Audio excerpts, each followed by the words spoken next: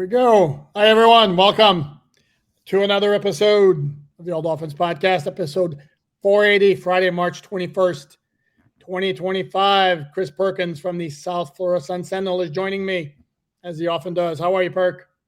I'm waiting on my invitation to the 500th extravaganza.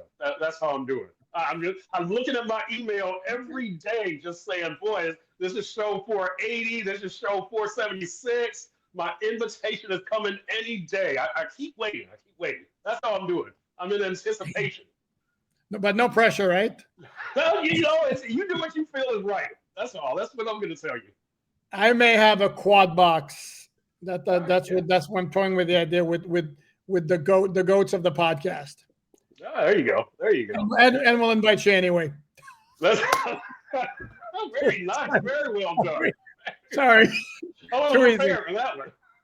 Sorry, that was too easy. I'm freezing now. Okay, there we go. That's good. I am coming actually live from Orlando, where I'm spending a quick trip with the family. It's my wife's birthday on Saturday. If she happens to catch this, love you, babe. Happy birthday. I'll tell you in person. I'll tell you in person on Saturday, but just in case for the masses out there. Dolphins continue to sign players, and unless my count is incorrect, they have now set a record for the most unrestricted free agents signed in an offseason. Mind you, there's a difference between unrestricted free agents and quote-unquote street free agents, either guys who were released by their team or once the official unrestricted free agency period ends, which I believe may be June. For example, Calais Campbell didn't classify as an unrestricted free agent last year. They have gone, and Perk, I think it's fair to say they have gone with all due respect, quantity over quality in terms of the players they've gone after, right? They have, and we might have talked about this before, but one thing that I do like is they try to fill specific needs. And with this team, I'm more about situations than the overall picture. So at running back, you got your short yardage guy. At wide receiver, you got your big body guy. You needed a guard, that's fine. You brought back your run-stuffing nose tackle in Benito Jones. You've got KJ Britt against the run at inside linebacker, Terrell Dotson against the pass at inside linebacker. So, they have filled specific roles almost methodically, and none of these are going to be Pro Bowl caliber signings. But to me, it's as much about the system as it is about the talent. And when you fill some holes that you needed to fill, I think you should get a lot of credit. And let's see how it works out. But I like what they've done so far in the off season.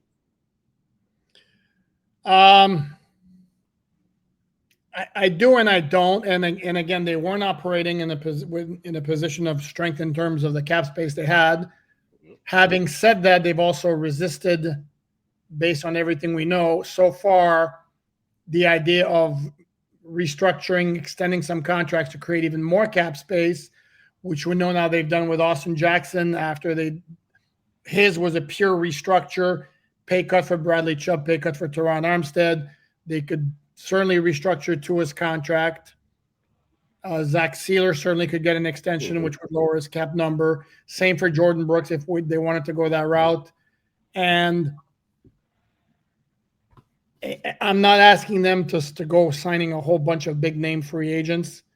That's not necessarily the way to go. But they have gone for an awful lot of low bargain guys. I mean, low pay guys. And on the one hand, it's great shopping if these guys pan out. On the other hand, one could say there's a reason that they're not getting as much. I would say that, it appears that somebody is looking out for the house. Somebody's looking out for the shop, right? And if things go left this season, you don't want to saddle a new coach and or GM with this quarterback who has 4 more years left, or this whatever who has this much left. Give those guys a fighting chance, right? If you're going to start anew, you need that new GM and or that new coach to be able to pick their quarterback in particular. And so maybe that's part of what's driving this thing, that you need to have one foot on both sides of the fence, right? That you want to win now, but you really need some flexibility, because if you're realistically going to bring in anybody of significance, they're going to want to have some kind of say in who their quarterback is, definitely in their second year. You don't want to be married to somebody for the first 2 years of your administration. That's how I look at Uh, Fair. The other part of that, though, is, and I had at first been very much against restructuring to his contract, basically because of what you mentioned. But then I can't help but look at the Broncos last year making the playoffs while carrying like over 50 million of dead space on Russell Wilson. So it's not like it can't be done. And are there moves out there that the Dolphins could have made that they didn't make because they wanted to be more fiscally responsible this year and down the road? Who knows? Like we saw, for example, we see Tevin Jenkins signing with the Cleveland Browns, where they're returning all 5 starters. So who knows if it's even to compete for a starting job or as a backup. And can't help but wonder, could the Dolphins have not gone that route? Again, yes, as a player with a lot of injuries. Again, usually guys who are complete studs who've never had injuries are not available on the market. So let's start with that. And look, and did when you talk about, were they passing up on guys because they're being frugal? They did go for Bosa, which was very curious. I still don't really understand that one. But did you want them to pay for Will Fries, the guard who got, what did Will Fries get, like $14 million a year? Correct. Did you want them to bring back Javon Holland at $15 million a year? So I do get what you're saying, and I respect it and appreciate it, but I don't know that there's a whole lot of opportunities that they missed out on. Maybe you would have scooped up somebody like what's one of the corners that went. Maybe you would have signed Rasul Douglas by now. Have any high-profile corners gone? By the way, seems like I'm missing somebody. But anyway, maybe. Yeah, and well, certainly maybe our friend Talanoa Hufanga, maybe you would have been in on him. He's got an injury history, but if you were willing, you spent on James Daniels. I don't know that they passed on a lot of stuff because of frugality. Okay, or being cheap, however you want to put it. I got a college education. I want to put it to use. Very nice. Very nice. The high profile cornerbacks or big money cornerbacks who have changed teams: Carlton Davis, Travarius Ward. DJ Reed, Byron Murphy re-signed. Let's see. Dante Jackson's a little not that high of a salary. Went from the Steelers to the Chargers. Chidobe Awuzie, formerly of the Bengals, formerly of the Tennessee Titans, is out there. Made $12 million last year. A little pricey. I like Rasul Douglas a lot. Me too. He's Stephon Gilmore is out there. Jair Alexander, depending on if he gets released, from Green Bay. No, correct. And again, with him, you're dealing with a guy who's had a lot of injuries and a salary. Yeah. And a salary. Rasul Douglas, by all accounts, did not have a great 2024 season, but he's been really, really good before.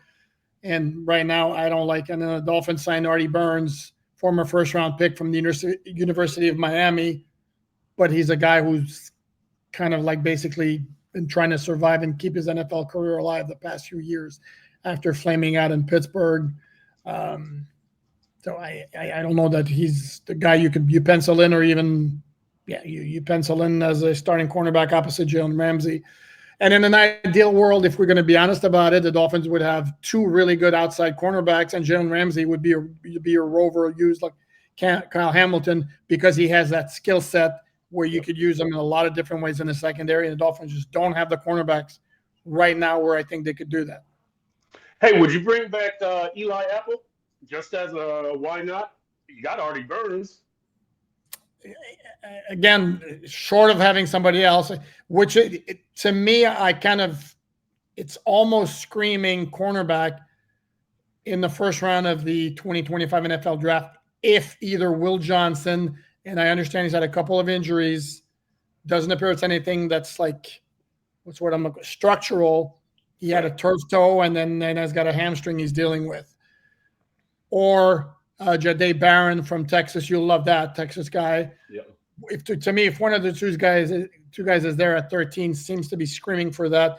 I'm very, very intrigued by Kenneth Grant, the big dude from Michigan. And I saw an NFL comp today, which actually I like. And the NFL comp was Dexter Lawrence.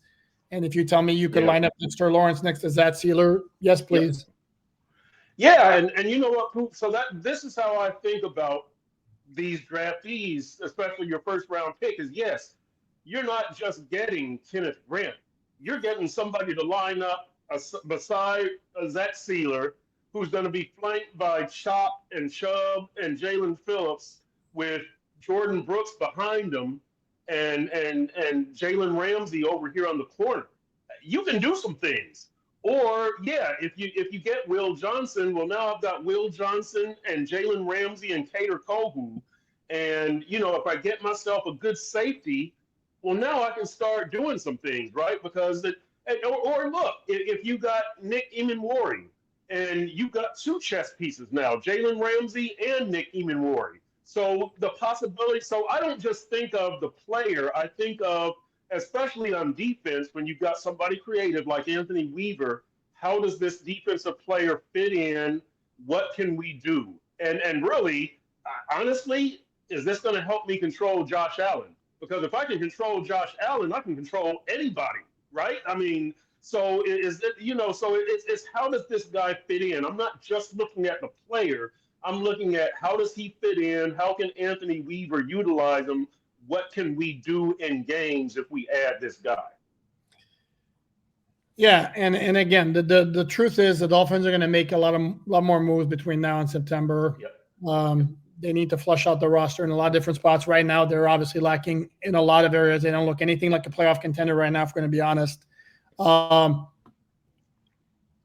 Just because of all the holes they have on defense right now. We're screaming for defensive tackle. We're screaming for safety. We're screaming for cornerback. That's not necessarily ideal at any time of the year, but again, there's still a lot of time left. Any particular thoughts one way or the other on the re-signing of Benito Jones? Good move. Yes, I think that's a good move. Look, Benito Jones is not a final answer, but Benito Jones is part of the answer. Benito Jones is a guy who played 48% of the snaps last year for the number 9 rushing defense in the NFL. He's a two-down guy.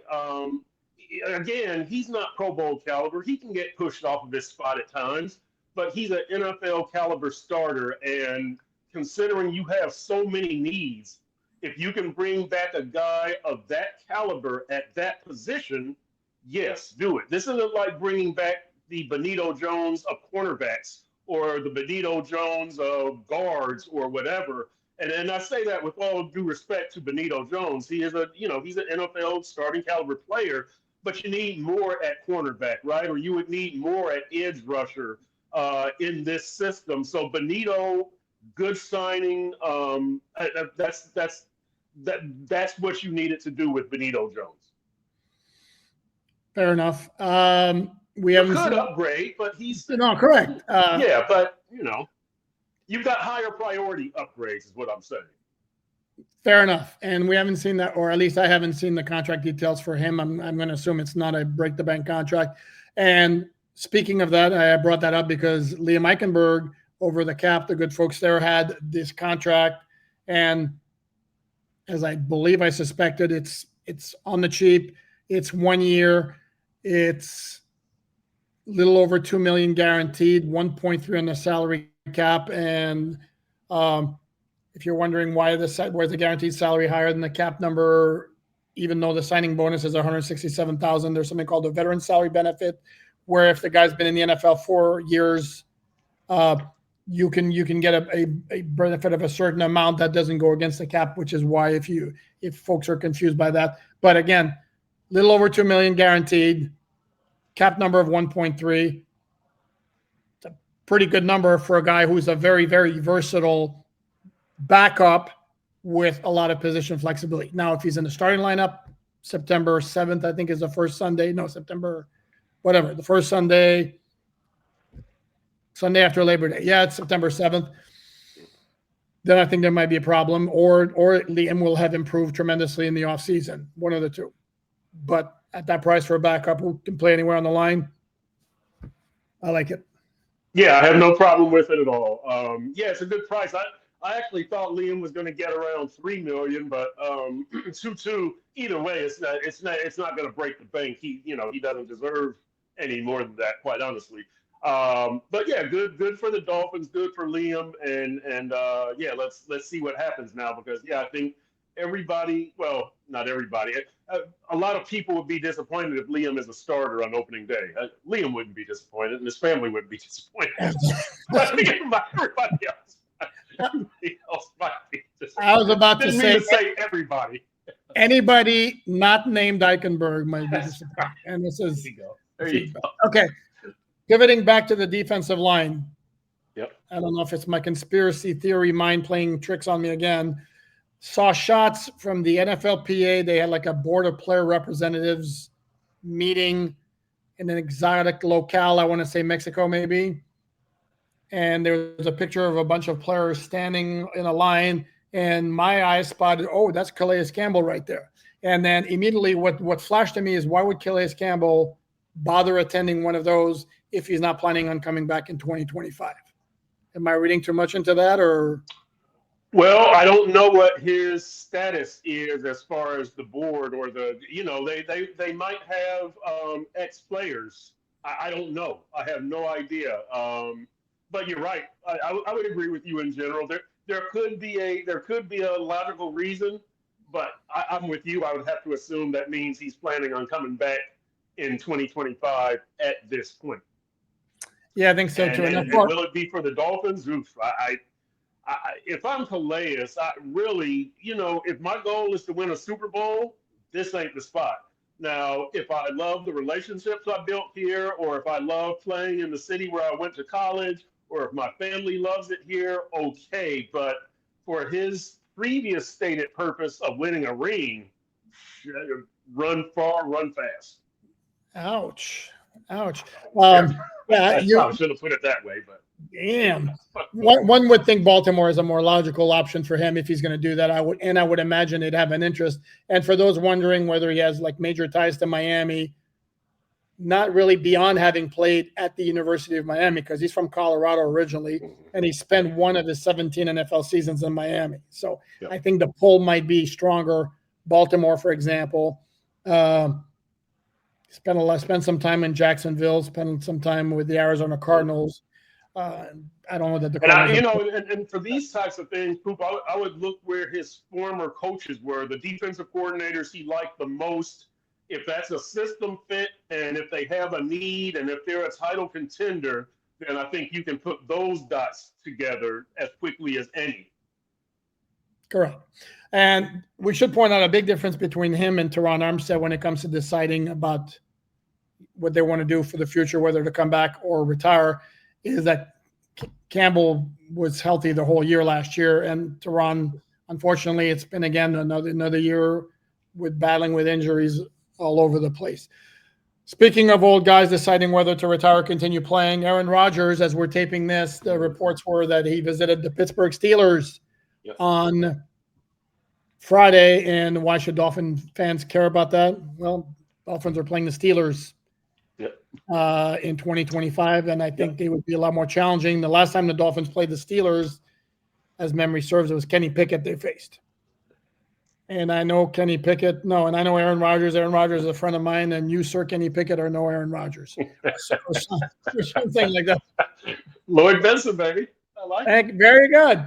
And of course, Dolphin fans know that, the one team against whom Rodgers had really good success with the Jets was the Dolphins. I don't know exactly what the formula was. So any thoughts on that, Mr. Perkins?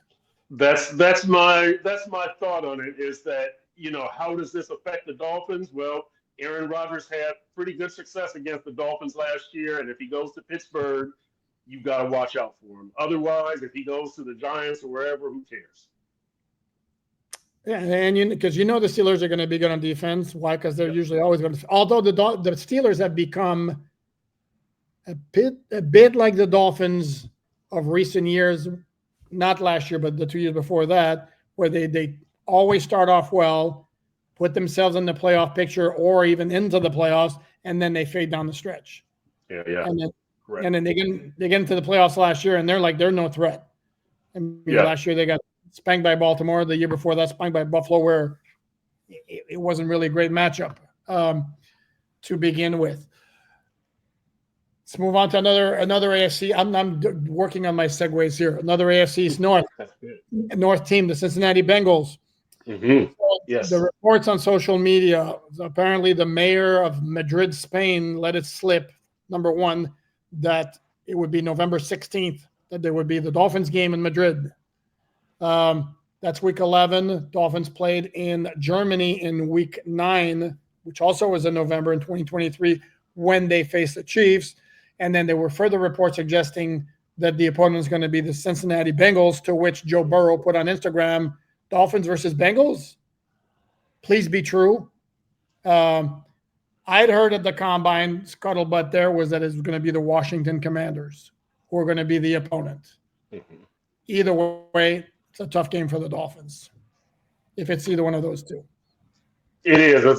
You're going to face a top-notch quarterback, and that's what's going to get your attention right away. I guess in Washington, you've got Deebo Samuel to contend with, also along with McLaurin now. So that's going to be really, really rough. And then here's one of my thoughts on Cincinnati, though, to kind of change the subject a little bit. I want to see what they do with their guards, right? Because now you've locked up your quarterback and 2 wide receivers like the Dolphins. Are you going to tell me that guard play is going to be critical now, or are they just going to go out there and kick some ass? The Dolphins, when their quarterback and 2 wide receivers don't hook up, a lot of fans are going, well, it's because of the guard play, and it's because they're getting pressure right up the middle. I want to see if that's the case with Cincinnati, now that they've got Higgins and Chase and Burrow all under contract. Are they going to focus on the guards? Like, are they going to go back to the owner and go, now that we've got these 3, we've got to lock up 2 quality guards, or else the whole thing won't work? I'm still not buying the guard thing here with the Dolphins, in case you haven't picked up on that. Oh, is that what you were getting at? And don't forget, the Bengals still have to lock up Trey Hendrickson also. Yeah, that's the way bigger concern. I mean, 17.5 sacks in each of the last 2 years, if I'm not mistaken. Yeah, something like that. Close. But I hate to repeat myself. No, I don't. I actually love it. But I'm going to bring up a point I made before, because the idea of like spending so much money on quarterback and 2 wide receivers on the surface seems ridiculous. Not a way to win, except that the team with the 3rd most financial commitment to those 3 spots is the Philadelphia Eagles. Yes. Yep. Correct. And it tells you can get away with it if you hit all over the place in terms of your signings. And it's like, this is the same thing that would have happened with the New England Patriots when they were in their dynasty. It was a veteran who would fail somewhere else, and the Patriots would sign him. And what was the immediate reaction? Watch him kick ass with the. And this is why you can't help that they signed the former 2nd-round pick of the Giants, Ojulari. Yeah. And like, tell me you're not thinking double-digit sacks for this guy immediately, just because it's the Eagles and that's the way right now they have the Midas touch. Everything works for them.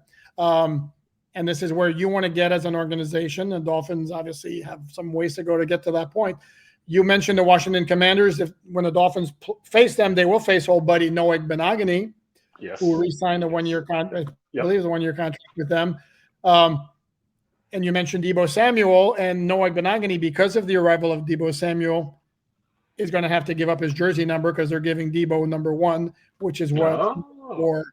How about that? Which is what Noah wore last year with the Commanders. I'm going to guess go out on a limb here. He's not going to take any of the numbers he wore in Miami, which I believe was going to say 9 and maybe 23 were the numbers. Somehow I get the feeling he's going to want to stay away from those because probably doesn't have great memories of his time with Miami. Yeah, he's got. I don't know what he wore at Penn State, but that's probably going to be his number one choice to see if that number is taken. I got him to be a first round pick, right? No, did you say Penn State played at Auburn? Or Auburn. I'm sorry. Why did I say Penn State? Auburn. Why did I say Penn State? Auburn. Okay, yeah. Perk, I got to ask you also. I got to do this to you. I'm sorry, man. I got to do this. Let's do it. Come on. Tell me your thoughts on the signing of Jordan Fuller. That was very good. That was very good on Twitter. That was very good. Yeah. Man, Jordan Fuller, Kendall Fuller. I hope I don't have to make that choice for the rest of my career. I mean, I don't know why I got them confused. I didn't know either of them before last year, so it should have been easy. I think I had a better time with Jordan Cameron and Cameron Jordan. You go. Yeah. Perk, just so you understand, Perk, we only kid the ones we love. So I'm just busting your chops for this. No, that was good. That was very good. Yeah. Thank you. For those not familiar, is Perk throughout the season last year. I had a hard time. I kind of kept mixing up Kendall Fuller, Jordan Poyer, and kept coming up with Jordan Fuller on the podcast, even though he's a DB who played last year for, I don't know who he signed with Carolina this week. So anyway, I asked Al Habib, who was the guest on the show on Wednesday, his thoughts on this. I have to ask you, Tua, social media, Perk, go. Oh, the whole thing of him without the shirt. Quote unquote fat Tua pictures. Well, let me tell you a funny story about that. So I recently realized that the pictures came from like a half mile from my place. We talked about this on our group chat. It's the former Shuckers, the Palm Tree Club, and I can walk to there. It's like a half mile from me. I used to go up there all the time before it changed to what it is now, but Shuckers had great wings. You said you used to play volleyball up at Shuckers. Mm-hmm. I don't mind, look, Tua's been responsible every offseason. He reports to camp in shape. He might have more weight. He might have less weight. He might have cornrows, whatever. Tua's always on top of his game, right? I've never heard anybody saying, Tua, he reported he was out of shape or he wasn't up to the playbook. Or Tua takes care of his stuff. So I'm not concerned. You would like to see him, chiseled and looking like, I don't know, Anthony Richardson or some muscular quarterback like that. Yeah. But really, Tua is a responsible young man. I'm not worried. Okay, and my take was simply, to me, it has the same effect as when people were putting out those videos of him throwing passes to receivers at a local high school or college with nobody covering them and, primed for a big season based on that video. To me, it meant nothing then and means nothing now. Again, we're in March. And I used to play beach volleyball at Shuckers. They had a little sand court set up, and then eventually got overtaken by Brazilian folks who would play volleyball without their hands. Right. My Lord, the level of skill there was completely crazy as a non-soccer person.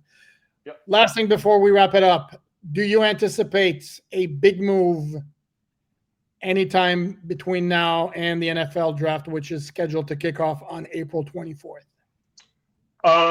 No, but I do anticipate a big move at some point this offseason. And I say big move, let me clarify. I would say somebody of the James Daniels salary, $8 million or something like that. I do anticipate one of those signings. I can't tell you what position. I can't even give you a name right now. But I just think if Greer, well, two things. If Greer and McDaniel have money in their pocket, it's going to be burning a hole in their pocket, number one. And number two, what the hell are you saving it for? So I do expect that there will be some sort of, $7-8 million guy who is acquired. I don't see like a $12-14 million guy because, well, then you would probably have to restructure somebody or get some money back from somebody. Yeah, as Barry Jackson in the Miami Herald pointed out, the Dolphins have not given out guaranteed salary. In fact, I just looked it up. They have 4 players who currently have guaranteed salary in 2026. That's Tua, Jalen Waddle, Chop Robinson, and Patrick Paul. That's it. Those are the only 4 guys with guaranteed salary.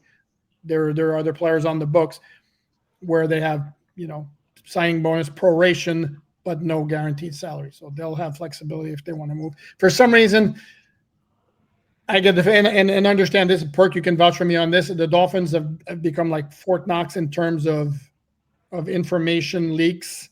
For some reason, I get the feeling there's something percolating under the surface that could be big. Or might how's that for a position? There might be something big happening, and then there might not be. One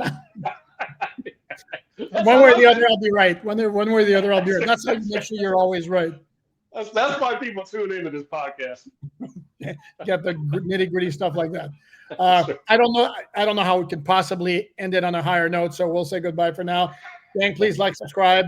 Not anticipating doing a podcast over the weekend. We'll be back Monday, unless something major breaks, in which case I will make an exception. I'll pop and do a quick video, but let's plan on meeting again on Monday. Please like, subscribe. Perk, as always, thank you, my friend. Have a great weekend. Catch his work at South Florida,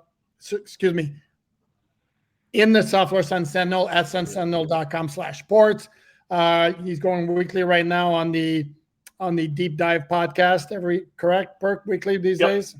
Yep, weekly. We don't know which day specifically because we're at the mercy of signings and the Dolphins and all that kind of stuff. But we are doing them weekly. Okay, so check it out. Subscribe to his podcast as well, and that way you can get the notifications. If you haven't already done so, please subscribe to this one and check out the written content on Miami Dolphins on SI.com. For now, thanks everyone. Have a great weekend.